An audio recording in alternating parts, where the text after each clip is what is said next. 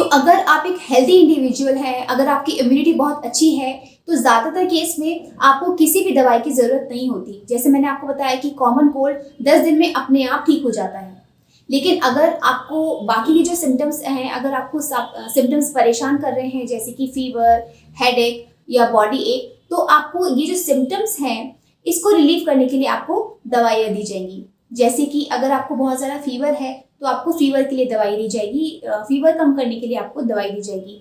अगर आपको muscle pain है, बॉडी पेन है, हेडेक हो रहा है बहुत ज़्यादा, अगर आपको कमज़ोरी लग रही है, तो आपको उसके लिए पेन किलर्स दिया जाएगा। अगर आपको नाक से रिलेटेड सिम्टम्स आपको बहुत ज़्यादा परेशान कर रहे हैं, जैसे कि आपको बहुत ज़्यादा रनिंग नोज़ है या आपको बहुत ज़्यादा छींकें आ रही हैं, तो आपको उसके लिए एंटी हिस्टामिन दिया जाएगा। एंटी हिस्टामिन में आपको यूजुअली सिट्राजिन दिया जाता है। इससे जो आपकी जो रनिंग नोज़ है वो कंट्रोल हो जाती है। इसके अलावा अगर आपको नेज़ल कंजेशन हो रहा है, अगर आपकी नाक बंद है, तो आपको नेज़ल डिकंजेस्टेंट दिया जाएगा। या जो आपको नेज़ल स्प्रे होते हैं, जो सलाइन स्प्रे जो होते हैं, वो आपको दिया जाएगा। इसे आपको आपकी नाक में स्प्रे करना होता है और उसके बाद ये जो स्प्रे होते हैं, ये यूजुअली आइसोटोनिक नेज़ल स्प्रे होते हैं, तो ये आपकी जो बंद नाक होती है उसे खोलने में आपकी हेल्प करते हैं। इसके बाद अगर आपको जो कॉफ है वो आपको परेशान कर रहा है, तो आपको कॉफ सिरप दिया जाता है। लेकिन ज़्यादातर केसेस में कॉफ जो सिरप होता है वो आपको तभी प्रिस्क्राइब किया जाता है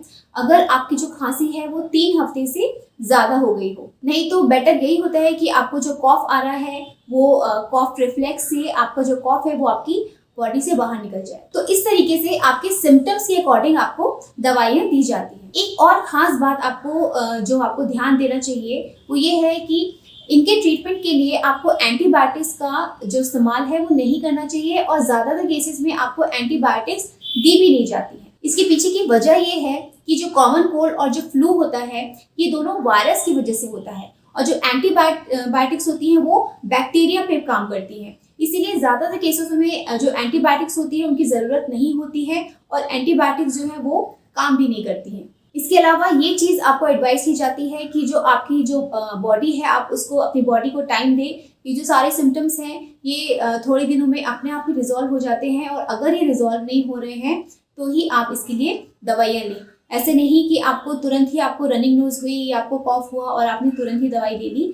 आपकी जो बॉडी है आप उसे थोड़ा सा हीलिंग टाइम दीजिए। अगर आपकी जो सिम्टम्स है वो सेटल नहीं हो रहे हैं तो ज़रूर आपको दवाइयों की मदद लेनी चाहिए, क्योंकि जैसे मैंने आपको बताया कि जो फ्लू होता है, फ्लू आगे जाके निमोनिया या ब्रोंकाइटिस में भी कन्वर्ट हो सकता है। तो कॉमन कोल्ड और फ्लू ये दोनों जो भी इन्फेक्टेड पर्सन है उसके छींकने या खांसने या इवन हैंडशेक करने से भी ये जो वायरस है ये एक आदमी से दूसरे आदमी में फैलता है। जैसे अगर आपको कॉमन कोल्ड या फ्लू हुआ है और अगर आपने बिना रुमाल के अगर आपने अपने हाथ में ही छींक दिया तो आप उसके जो ड्रॉपलेट्स हैं वो आपके हाथ में आ जाएंगे। अब अगर ऐसी कंडीशन में अगर आप किसी और से हैंडशेक करेंगे तो ये जो वायरस है ये आपसे दूसरे व्यक्ति में भी फैल जाएगा।